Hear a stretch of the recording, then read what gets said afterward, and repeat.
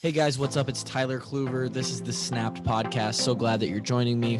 On this podcast, we're going to talk about diet, exercise, mindset, training, sports, performance, and any of the things that we discuss, me or the guests that I bring on, is going to help you get better and help you get healthier in some way or another. We're glad you're here. Sit back, relax. Let's have it.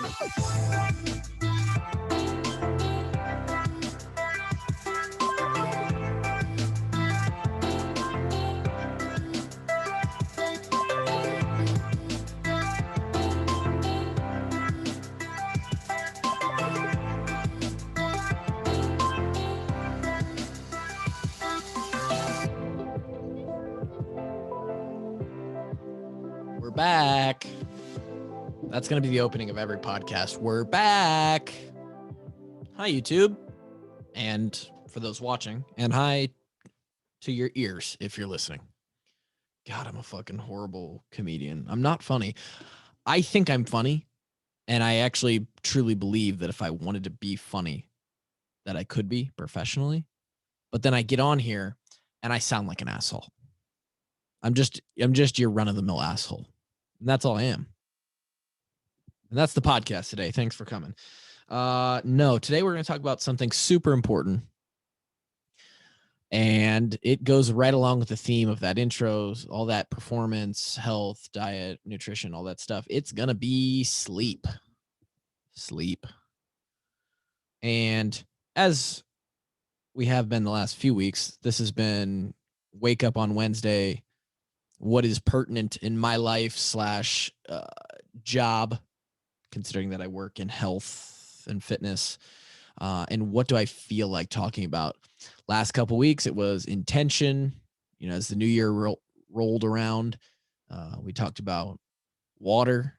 That was pretty prevalent in some of the conversations I was having with some of my clients.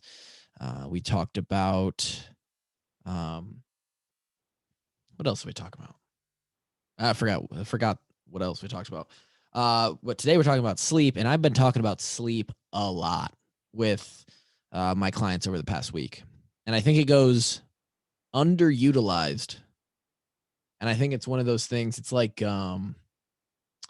investing, maybe, which is also a personal thing that I've gotten into recently, but that's not what we're talking about. Investing, because it's like investing because it's something that's really important and can be extremely beneficial to you, but there isn't a lot of knowledge around it based off of the total population. Everybody knows it's good to sleep. Everybody knows it's good to invest your money, but the details and the actual importance and the significance of those details, they kind of aren't a thing. Like, they're not mainstream. Only people who really personally research and get into them kind of understand it. People who start to shape their habits around improving sleep, they're really the only ones that start to see the benefit.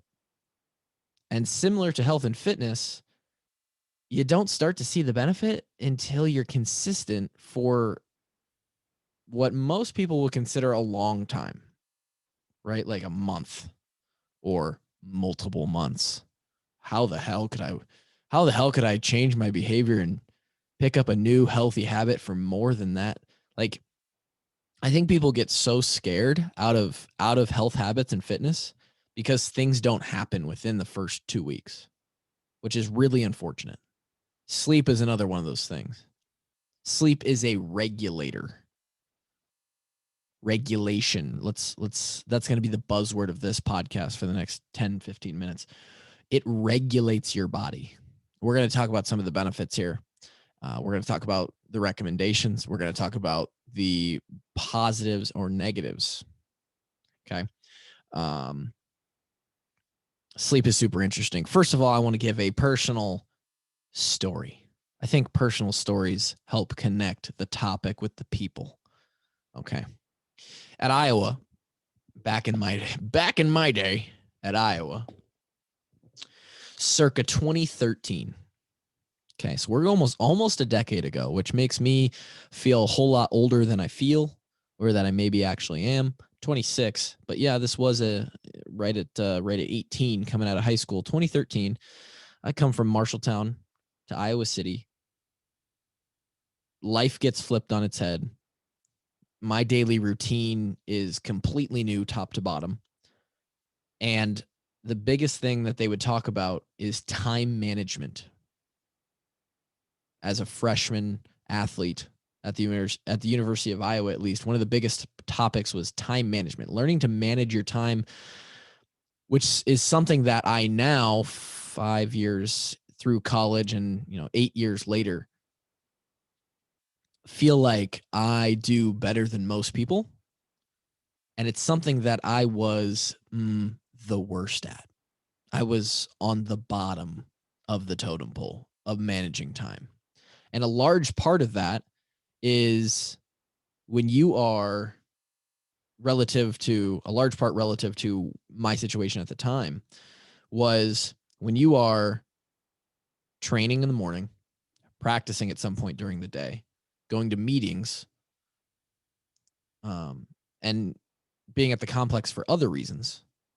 And that's all just for football. And then you add in going to class, going to another class, going to another class sometimes, maybe 4 classes in a day if you have a rough schedule, and doing the homework and all the other stuff for those classes. And especially as a freshman, again, why it was so important, there was other stuff that was like, these stupid freshman things that you had to do.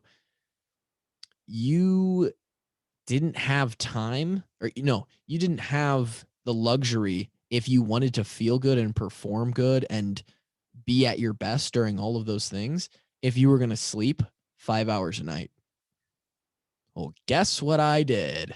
Guess what your boy did?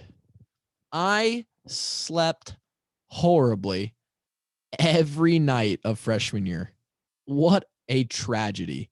It's one of the biggest regrets I have about college. In the off season at Iowa, so we get into that first semester, we go through, and we finally get to the off season. So I've been on campus for 4 months now, and during season is a little bit, it's a different stimulus, but there wasn't as much asked of us physically, especially if you're not playing. So, as a young guy who wasn't playing, physically, I felt okay. We get into the off season, and those first 8 weeks of the semester in the spring semester, those are the biggest strength and conditioning months out of the year. Well, the biggest months in the weight room out of the year. The conditioning hypes up in the summer, but as far as lifting, putting your body under extreme loads and really testing your central nervous system on a daily basis, those first 8 weeks, biggest 8 weeks of the year. I had gotten into a habit of sleeping. Remember, 18 years old. So I'm dead in the middle of really not necessarily puberty, but like physical maturation. They say that the female body doesn't fully physically develop until like 23 to 25, and the male body might not physically develop until like 25 to 27. And then, and the brain is on similar maturation timeframes as well for both sexes. So, we're still 5 years out from me being, I'm growing. My body is developing still, and the habits, what I'm putting in my body, what I'm doing with my body physically, at that time when you're that young, everything is still being formed. Like, what would I be? What would I be if I would have slept that first year of college? Anyway, 18 years old, 19 actually at this point, and we're waking up at 5:15 in the morning to go lift at 6 a.m. I'm going to bed at 12:30 in the morning every night. I even just talking about it now, I remember it feeling just normal. I would stay up on my laptop watching Lost or Prison Break until midnight, 12:30, sometimes 1 a.m. And then I would wake up 4 hours later and go lift. And I thought I was getting by at the time. and doing okay, actually. But I wasn't. And I know this because looking back in the off season at Iowa, there's an off season competition, and there's an award that is often won by freshmen because they have the largest room for improvement. If you look at an S curve of getting better, an S curve of I believe it's like learning, or yeah, it's like the learning curve, but it's like a physical learning curve that we would go through at Iowa. When you come in, you have all these low numbers because they want to make sure you're doing all the lifts correctly and safe. And then in that first offseason, they give you, everybody on the team gets goals that they are trying to hit for each lift. But as a freshman, your numbers were so low that you're most likely going to hit all those goals, most of those goals, if not all of them. And if you hit all those goals, you get the Golden Hawk Award. I would say half of the freshmen got the Golden Hawk Award. Occasionally, some older guys would get it, but as you get older, it's harder to make jumps. And as a freshman, everybody wanted that Golden Hawk Award. And I was so confused at why my numbers weren't going up. Why wasn't I getting stronger when all of my buddies in the same class were? And then I figured it out. By the end of college, I had figured out that, holy shit, I didn't sleep at all that freshman year. It was directly related to sleep. 80 to 90% of it. You know, I probably could have been better on nutrition and some other things, hydration, some of the stuff that we've talked about. But sleep was the one limiting factor. And now that story is purely athletic performance based from an elite kind of standard, but it transfers directly over to everyday life for everyday people, of which I am one of those now. And everybody listening to this podcast is. Sleep matters more than you think. Okay. I wish that I could tell you how badly it affected me. Like, I just do, right? What are some health benefits of sleep, right? You guys don't really give a shit about hitting max lift numbers in the weight room. None of you are going to hang clean 340 by 5 or squat 500 for 3 reps. But so why does sleep matter for you? Well, do you get headaches? Do you experience roller coasters of energy throughout the day? How often do you get sick? Even just a cold, a simple cough. What does your weight look like? What do your blood markers look like? Your biomarkers, your blood pressure, your triglycerides, your cholesterol, your fasting glucose. What do all those look like? What's your mental clarity like throughout the day? If you're sitting here and I'm listing these off and you're thinking, shit, my energy isn't great. Sometimes I do feel foggy. I definitely could be better in the weight department. I don't know the last time I went to the doctor, but I'm scared to go. If that's you, you know, how do you interact with people? What's your mood like during the day? All of these things may be the most affected by sleep. All of those things I just listed, potentially, other than weight, are potentially the most affected. The number one variable, if you're going to break a pie chart down on how strong a variable affects a certain outcome, sleep is at the top of the list for all of those. And I know it doesn't seem like it, right? It's just something everybody does. Nighttime rolls around, you have your routine, you go to bed, you wake up. It's not even something you think about. But it is so goddamn important. And it affects all of those things I just listed.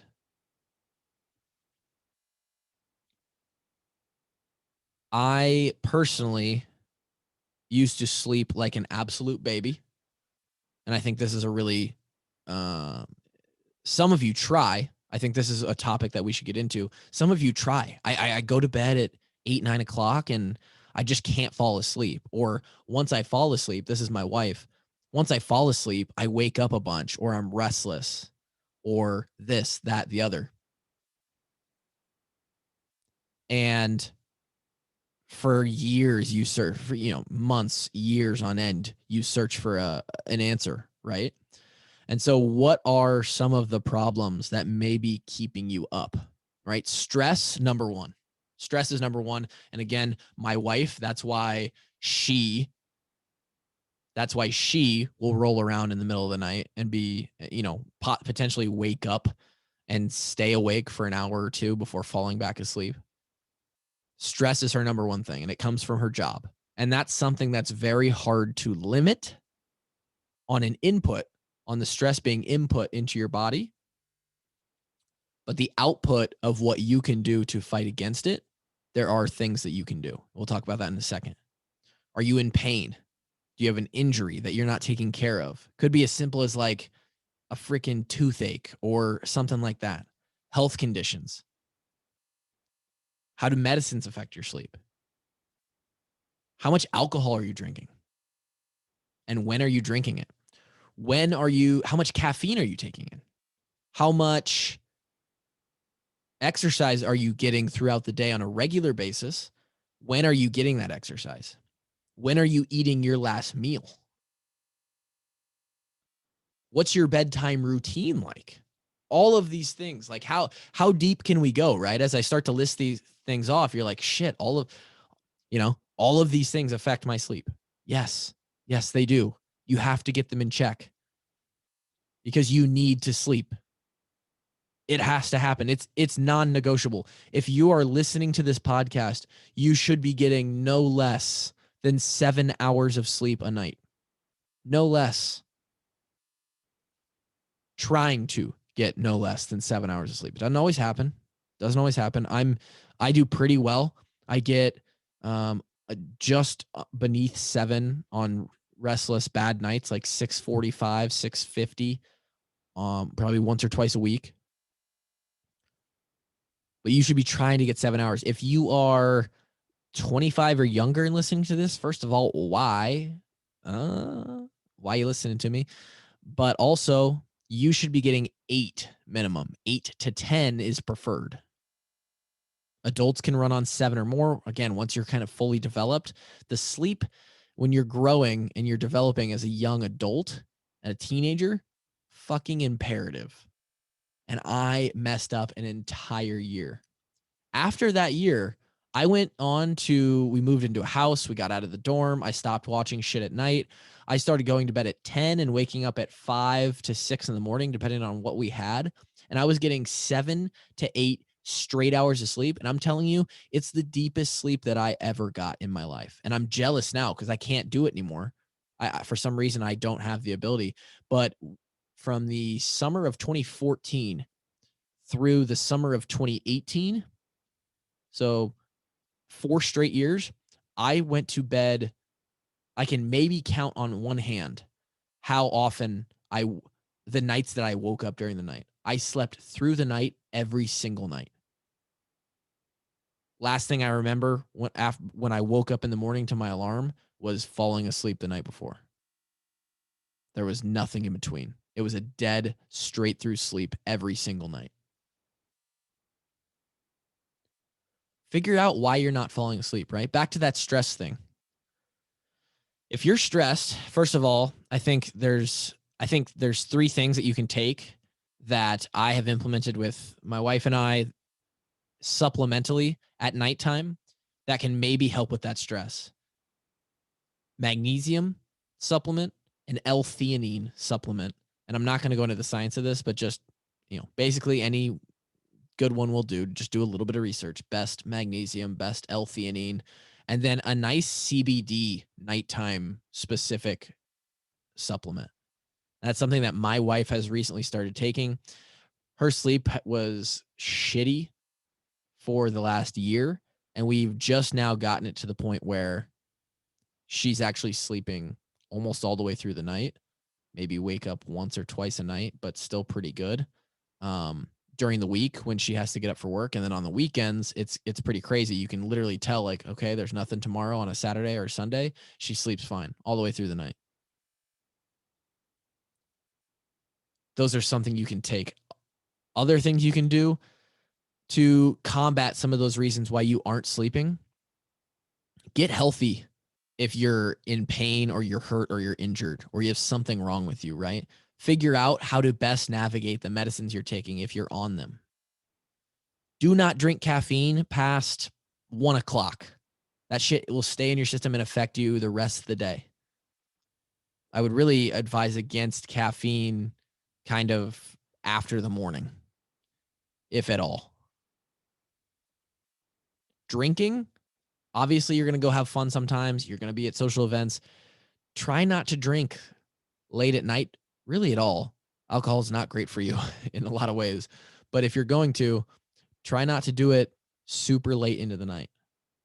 Do not eat past 8 o'clock. Don't eat past 8 o'clock for so many reasons. But if not the long list, the simple one of your body is going to be digesting that food for the next 2 to 4 hours, and it's going to be really hard to fall asleep when your digestive system is working. You ever think about that one? Don't eat past dinner. Just don't.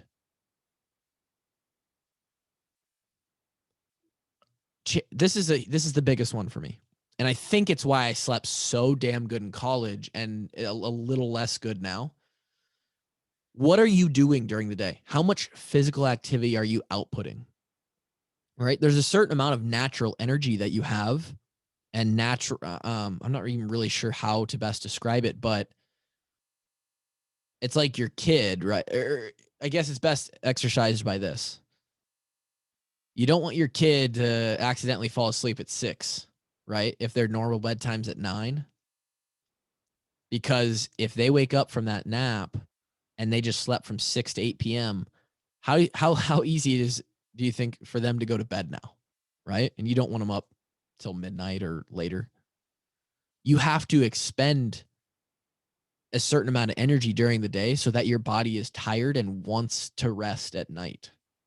Be physically active on a regular basis. Get up and do something, especially if you're at a desk.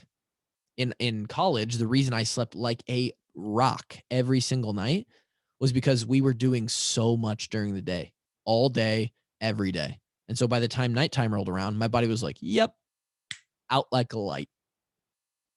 Now I don't do as much. I work out 45 minutes to an hour each day, kind of sit around the house and work. It's a little less. So the body's got a little bit more energy at night, right? Sleep environment. Some people call it your sleep hygiene and your routine. Most important. Okay. And you guys can ask me questions, DM me, message me, because I have a whole thing that I do. I'm not going to go into it. Maybe a whole nother podcast on it. This is just generalized though. When do you put your phone down at night, right? Do you fall asleep with the TV on? Noise? What's the temperature in the room? How dark is it in your room? Right? About 70 degrees or less probably needs to be the temperature for real optimal sleeping, is what they found. The room needs to be as dark as you can make it. It's the one thing that I hate. My wife has to fall asleep with the TV on, and it probably is why I don't sleep as well as I could. Did you just put your phone down at 10:30 p.m. and now you're trying to go to bed? Or did you put it down at like 8 and now at like 9:30 you're trying to fall asleep?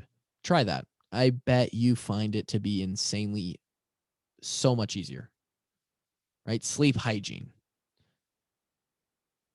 Get into a routine. And then overall, the biggest thing that I want to talk about is just the habit, the consistency.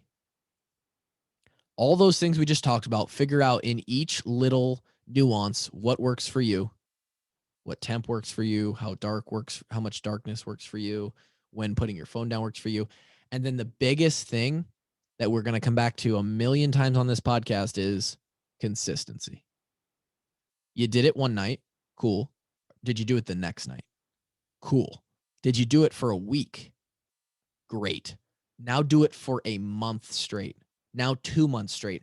Cool. Now you're at a half year. You've done it for 6 months straight. Now your body's like, cool, this is it. Now we're adjusted. We will start to work properly. And this is how it works with losing weight, putting on muscle, yada, yada, yada, yada in the fitness and health industry. At 3 to 6 months, that's when your body starts to go, oh, this is our new normal. You're sitting here listening to this in your 30s, 40s, even in your 20s. Your body's gone through 25, 30 plus years of habitual everyday activity. And now you're trying to change something about that everyday process. Not going to happen in 2 weeks. Hey, if you're working out for 2 weeks, you're not going to get abs. If you're eating good for 2 weeks, you're not going to get abs. If you're lifting weights for 2 weeks, you're not going to be strong. If you sleep correctly and have a good nighttime routine and do everything perfectly for 2 weeks, you're not going to be good at sleeping yet. That's just how it goes. But you can get there. Keep going. Consistency. 3 months is a huge milestone. 3 months of doing something, massive milestone. People say 21 days. Fuck that. 90 days. 90 days is a huge milestone. Your body will start to feel like it's normal, whatever it is. And boy, do I wish I would have figured it out sooner. That's all I got for today. And I feel like I'm preaching, right? I get like angry at the person who isn't sleeping or the person who wasn't hydrating. And I realize that you probably don't like listening to that, but it's the way I display importance. And I hope that you learned something today. As always, I hope that I'm glad that you were here. There's a decent amount of people that listen to this podcast and I haven't even posted about it in the last few weeks, but you guys are still out there. Subscribe to it. You throw the listen on. So I really appreciate that. If you have topics, tweet me or DM me that I can talk about in the health, fitness, performance area of life. I will talk about it, whatever, and give you I'll try to give a personal story every time I talk about something and how it's affected me and how I go about it now and how you can be better at it and the benefits. That's the point of this. We're trying to get healthy and wealthy, baby. That's it. We're 4 in a row now since I said I'm going to be consistent with this thing, and we ain't stopping. We ain't stopping. I'm so glad you were here. This was episode, I don't know, like 14 or something.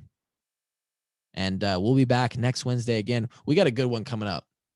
We are coming up on kind of a milestone within the next 2-3 weeks. So there's going to be a good episode that I can't wait to talk about in the next couple weeks. But again, thanks for joining. Have a fantastic day, a fantastic week, fantastic weekend, wherever you are. Go kill it. Have a day. And I'll talk to you next week. Peace.